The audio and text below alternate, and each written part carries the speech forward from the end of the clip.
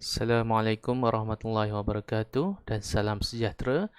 Kita sambung kembali topik 4 jadual perkala unsur, subtopik last 4.6 unsur peralihan, transition elements. Jadi unsur peralihan terletak dalam kumpulan 3 dan kumpulan 12. So daripada kumpulan 3, 4 sampailah 12 dalam jadual perkala dikenali sebagai unsur peralihan. Okay, contohnya scandium, ferrum, nikel, tungsten dan cuprum. Okay, ada beberapa kat situ mungkin pelajar pernah dengar ataupun biasa jumpa dalam kimia. Okay, jadi kita nak lihat sifat unsur peralihan ini. Okay, jadi sebabkan dia adalah logam, maka dia adalah pepejal, biasanya pepejal. Okay. Dan sifat logam juga permukaan yang berkilat, mulur, mulur. Jadi apakah maksud mulur? Oops.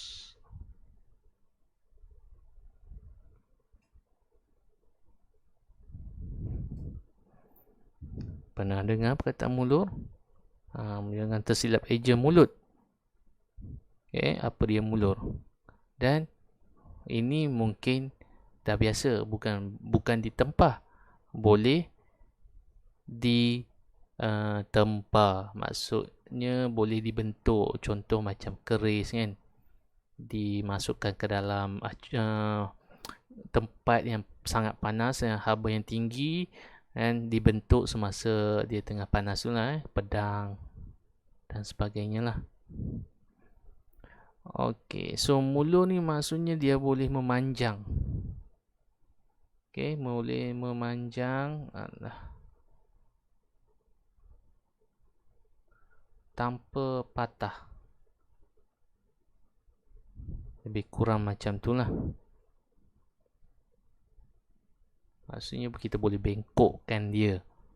Okey, dia tak rapuh. Kalau plastik, biasanya kita bengkokkan dia, cuba bengkokkan dia, patah. Okay, dan konduktor haba elektrik yang baik, sifat logamnya, ketepatan tinggi, takat lebur dan takat didih yang tinggi. Okey, so kita nak tengok ciri khusus. Inilah dia yang kita perlu lihat dengan lebih detail sebab dia adalah special. Unsur peralihan ni ada ciri khusus yang membezakannya dengan unsur-unsur lain. Yang pertama, sebatiannya mempunyai nombor peroksidaan yang berbeza. Okey, apa maksud berbeza? Kita lihat yang tiada nombor peroksidaan banyak. Contoh ion natrium. Nombor peroksidaan dia positif 1. Magnesium ion. Nombor peroksidaan dia positif 2.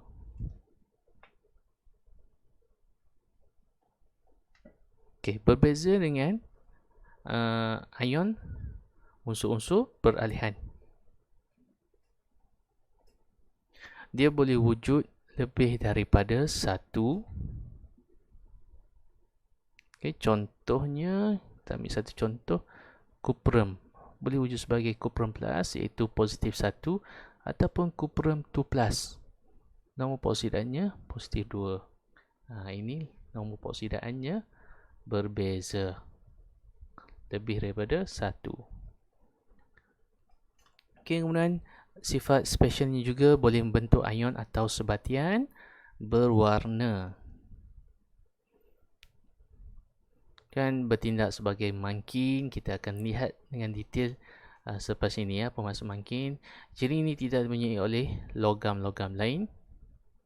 Dan ciri yang terakhir, yang keempat, boleh membentuk sebatian kompleks. Kita lihat secara lebih detail ya.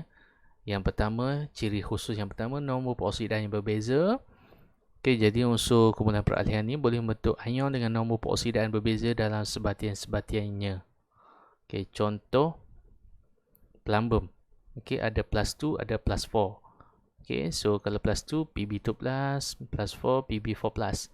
So, dia memberi kesan kepada formula. Okay, jadi kalau plumber 2 plus, okay, kita bentuk dengan oxide, jadi dua sama kan. Okay, dua sama, maka kita simplify jadi satu sama dan tidak perlu tulis angka itu jadi PBO. Okey, berbeza dengan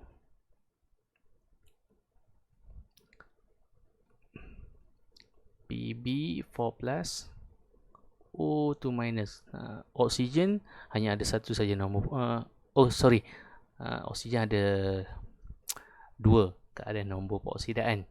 Itu awak akan belajar dalam bab redox. Okay. Tapi dalam kebanyakan unsur dia membentuk 2 minus saja. So bila kita simplify 2, 1, kita pindahkan 2 ke sini, 1 ke sini kan.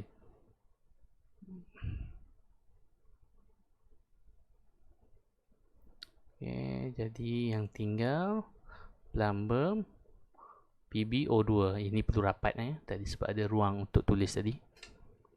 Okey, seterusnya ada ferrum 2, ferrum 3, ferrum 2 plus, ferrum 3 plus. Okey, jadi kesannya kepada formula sebatian tadi. Okey, cuprum ada cuprum 1, ada cuprum 2. Okey, warna je pun berbeza nanti. Kita lihat yang ketiga. Okey, ciri khususnya membentuk ion atau sebatian berwarna. Okey, contoh ferrum 2.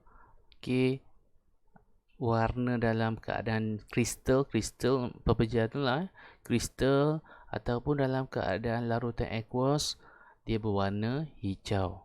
Manakala ferrum 3 cukuplah awak tahu warnanya perang. Okey, kuning keperangan, jas perang. Mudah. Okey, mangan 2 warnanya pink, warna yang diminati ladies ya. Okey, merah jambu, Mn2 plus mangan. Kerium manganat 7. Okey, berwarna ungu. Kerium dikromat 6. Kerium kromat 6. Ini awak akan jumpa banyak dalam topik form 5 lah ya. Okey, so ini nak tunjuk ion-ion unsur peralihan boleh bentuk warna-warna yang berbeza. Okey, jadi intan, kita tengok contoh kat situ. Okey, saya pun tak tahu mana satu intan, mana satu delima, mana satu zamrud.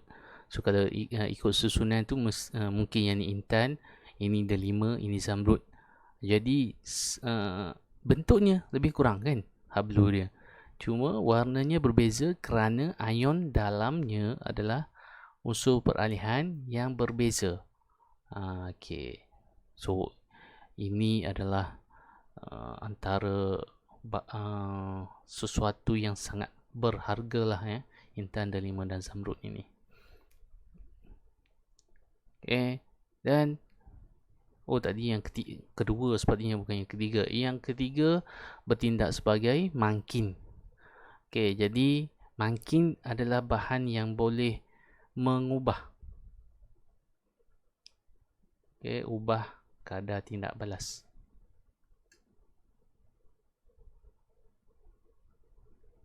Kadar tindak balas. So ada mangkin positif, dia meningkatkan kadar tindak balas. Ada mangkin negatif, dia merencat kadar tindak balas. Tetapi yang kita nak fokus kat sini, unsur peralihan ni bertindak sebagai pemangkin yang baik. Maksudnya pemangkin yang positif. Contoh vanadium oksida digunakan sebagai pemangkin dalam proses sentuh untuk pembuatan asid sulfurik. Okay, platinum digunakan sebagai pemangkin untuk membuat asid nitrik, nama proses Ostwald. Ferrum itu besi digunakan sebagai pemangkin dalam proses Haber untuk menghasilkan amonia NH3. Dan nikel digunakan sebagai pemangkin dalam pembuatan margarine. Margarine untuk buat kek, untuk buat kuih-kuih, margarine ada digunakan nikel sebagai mangkin. Okey, yang terakhir sekali, ciri khusus yang terakhir, dia unsur peralihan ada yang boleh membentuk ion kompleks. Kompleks ni susah.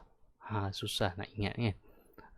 So ada ferrum yang bentuk ion kompleks, contoh hexacyanuriferate 2.